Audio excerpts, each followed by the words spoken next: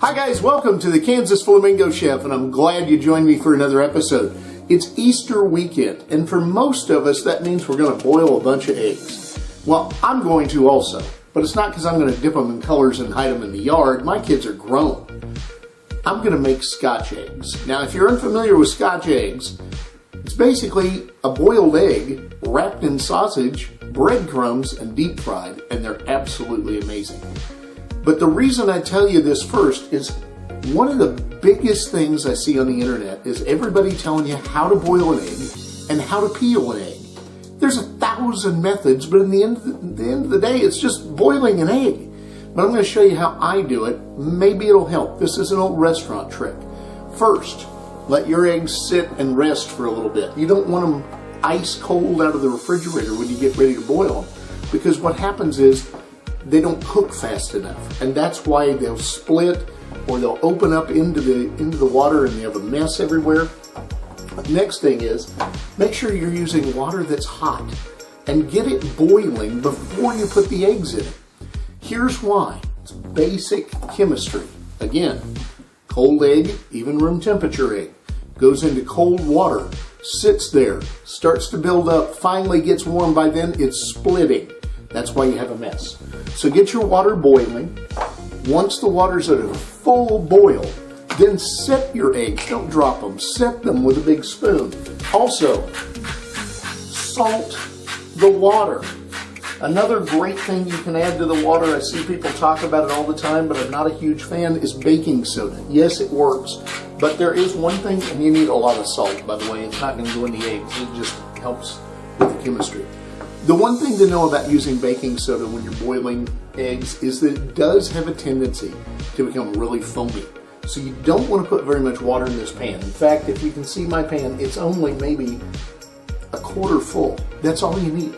So I'm going to crank this up to high, get it boiling. I'm going to boil some eggs. I'm going to soft boil them.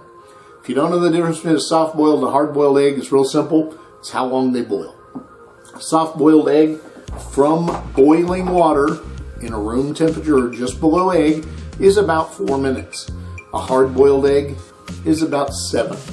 You can boil them longer. I know some people like 10-minute eggs. Personally, I don't understand why you want an egg that's that hard-boiled, but that's okay. But for Scotch eggs, I want soft-boiled eggs, so the yolks are still runny, because it just makes a better presentation. See you in a minute. Okay, hopefully you can see I've got a roaring boil going here. It's only been a couple of minutes, but I have a fast boil system on my stove. I'm just going to take this spoon and take these eggs, which are just below room temperature. I'm just going to set them in the water. And notice they're not completely covered. Here's the thing. As I fill this pot, I only want one layer of eggs. So don't stack them. Just lay them across the bottom. And there's a reason for that. It's because you want them to boil evenly and not have any weird spots. Now, if one drops too fast to the bottom and it breaks, that's okay. It happens. You're going to probably lose that egg, but hey, you need it. So we're going to fill this up. I don't know if you see the cat in the background, but she's interested in what's going on right now. Okay, so that's pretty well full. It's full across the bottom. I'm going to let this come back up to a boil. I'm going to cover it and let them boil for about 4 minutes. As soon as you get the eggs out, you're done boiling, you have to shock them. If you're not familiar with this term, it just means ice and water. So you don't need to take them out of the pot that you boiled them in. I see everybody do this and I really don't understand. All you got to do is drain the water off, fill the pot with ice, and then fill it with cold water right out of your faucet. Then we're going to let them sit in that ice bath for at least 10 minutes. Now, I'm a fan of longer because I want them ice cold before I start taking the shells off. It makes it easier to get the shell off. And I'll show you how I do it. It's not rocket science, but here's the thing. The way that makes it easier for me is knowing there's going to be a soft spot on the egg and knowing that I've got to break that little filament that's in there before I start trying to pull the shell off. Otherwise, you're just going to have a mess. And if the egg is nice and cold, it makes it easier. Plus, if you boiled it in the salt water, it breaks down that barrier a little better anyway. I'll show you here in a minute. The eggs are almost done. So there it is. You can see they're still boiling just barely. They're going to stop in just a second. So what I want to do is just take the water off. Now, there's an easy way, there's a hard way, and there's a super simple way. First, I like to let the steam off. That way you're not going to get a steam burn when you try to pour this water away. Just set your lid slightly askew and just pour the water across the lid. Try to get as much of the water out as you can, but it doesn't have to be perfectly empty. Now once you do that, you're going to see some of the eggs will start to crack a little bit. That's okay, that's what we want them to do. It makes them easier to peel. Instantly, ice on top of it. You probably don't need as much ice as I just did, but hey, I got a gallon of ice here, we're just going to go ahead and use it. There's no such thing as too much. Make sure you shoot cold water onto the ice, not hot, because that will defeat the whole purpose of this. We're going to make a nice ice bath. And I'm going to fill it basically to the top to where it's almost overflowing.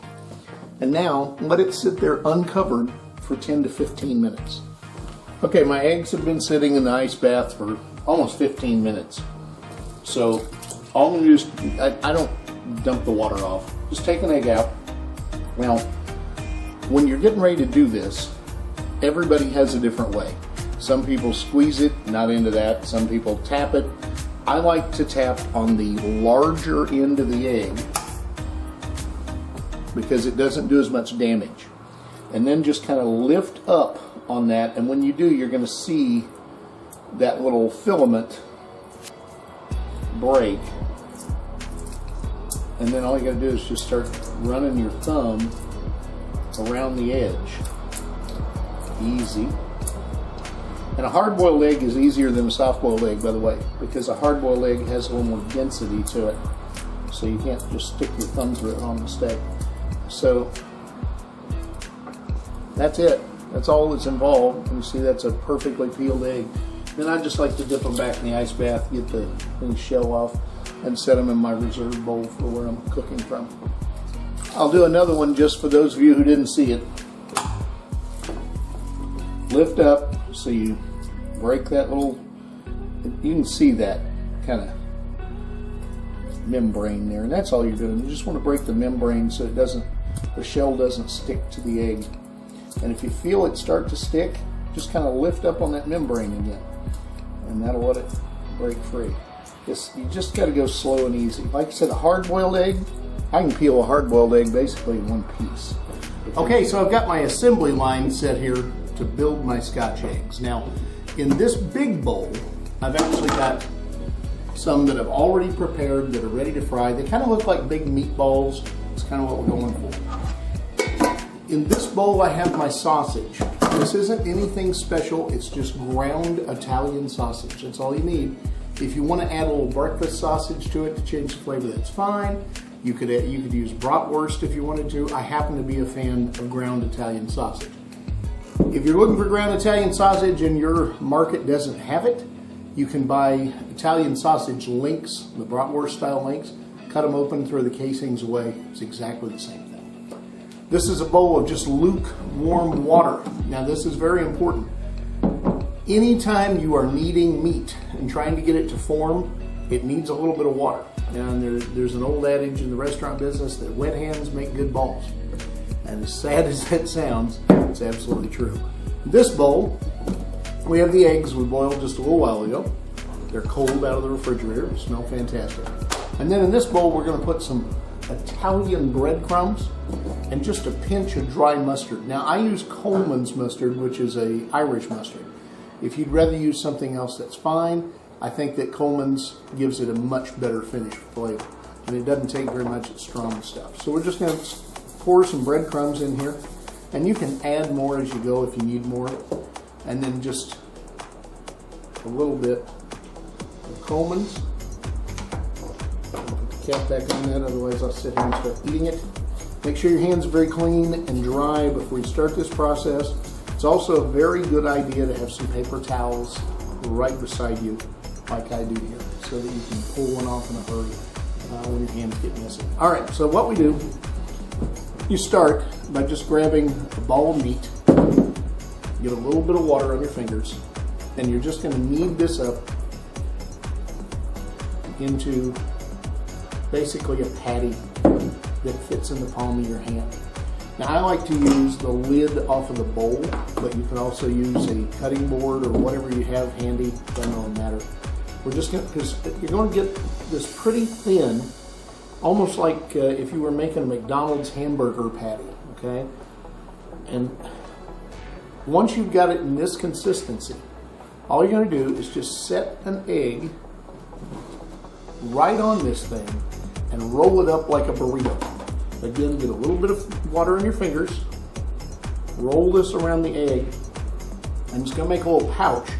And you're just going to kind of form the sausage over and around the egg, trying not to break the egg in the process. And you just do this over and over again, just making eggs on top of eggs. So I'll show you one up close so you can see. A little bit of water, press it out.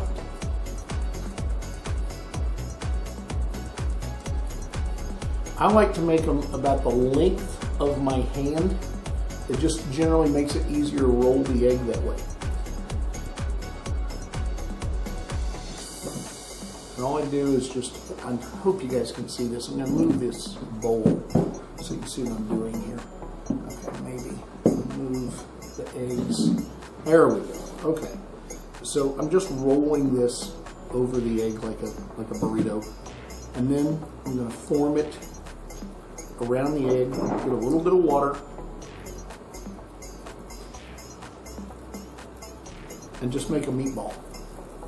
But ideally, you want this meatball to be kind of egg-shaped, right? They don't have to be perfect. We're not scoring points here. Okay. Then once you get it done, set it in your breadcrumbs, roll it around on all sides. My kids used to call these dino eggs, but that's it. That's all there is to it. The next step is to fry them. Now, if you noticed, the first one I was making, the egg split.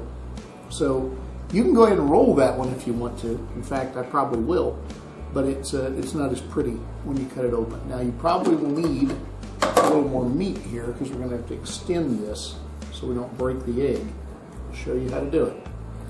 Roll it over it all the way.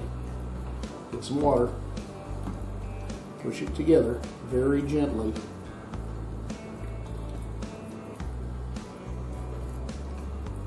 And just kind of use your fingers to push it all together in an envelope.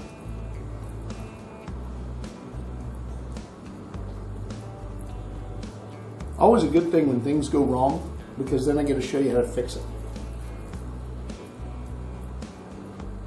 And that's how you fix a broken one. Just go ahead and put it in the breadcrumbs too.